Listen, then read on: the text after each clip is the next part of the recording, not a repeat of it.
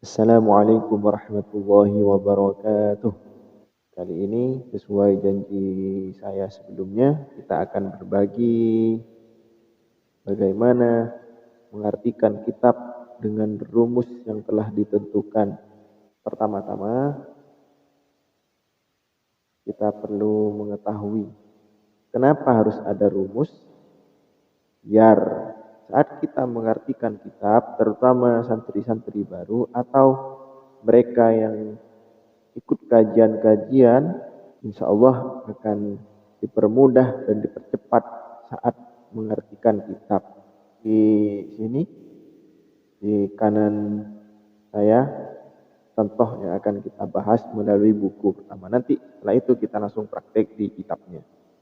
Ini adalah rumus-rumus yang perlu kita ketahui. Ada mim, ada kha, ada fa, ada mim fa, ada ha, ada sod, ada ta, ada jim. Ini tergantung kalau yang ini. Ini kalau yang di sini kita menggunakan seperti ini. Atau masih ada contoh-contoh lain. Nah, di sini ada tulisan mim. Apa artinya mim? Mim itu sama dengan adapun atau tining bahasa Maduranya.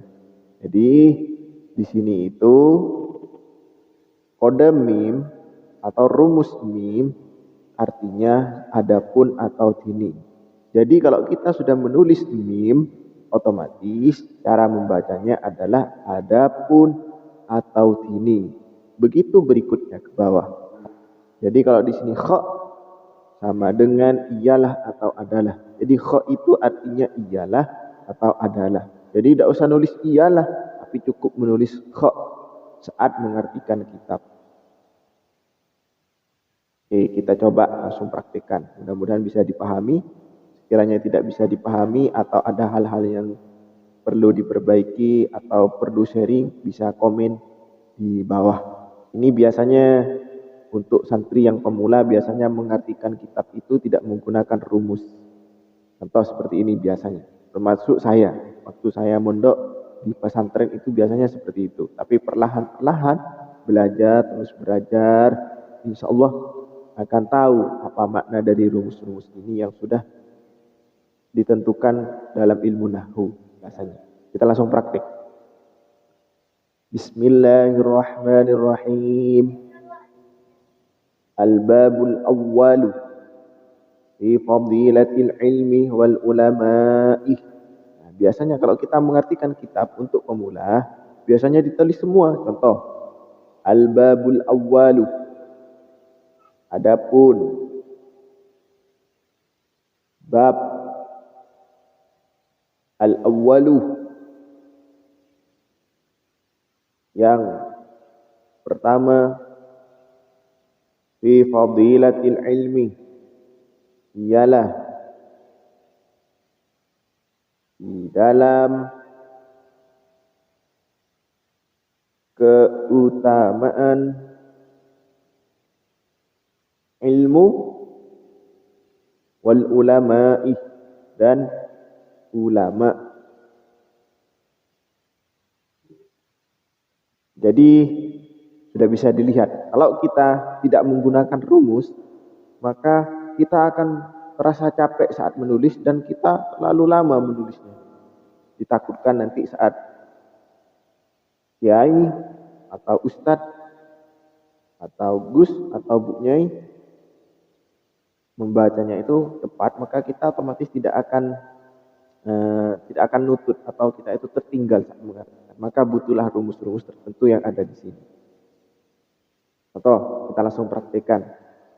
Di sini ada tulisan adapun. Jadi adapun itu kata tadi sama dengan mim rumusnya. Al-babul awwalu. Al-babu. Adapun. Jadi adapun itu cukup ditulis mim di atas. Jadi sudah menunjukkan adapun maknanya. Babnya kita tulis. Bab al-awwalu yang pertama. Yang pertama kita lihat di sini. Nah, ternyata sad. Cukup ditulis sad di sini. Yang pertama fi fadilatil ilmi. Ialah, karena di sini ialah atau adalah menggunakan kha, maka tulis kha di atasnya. Ialah, lebih simpel. Ialah di dalam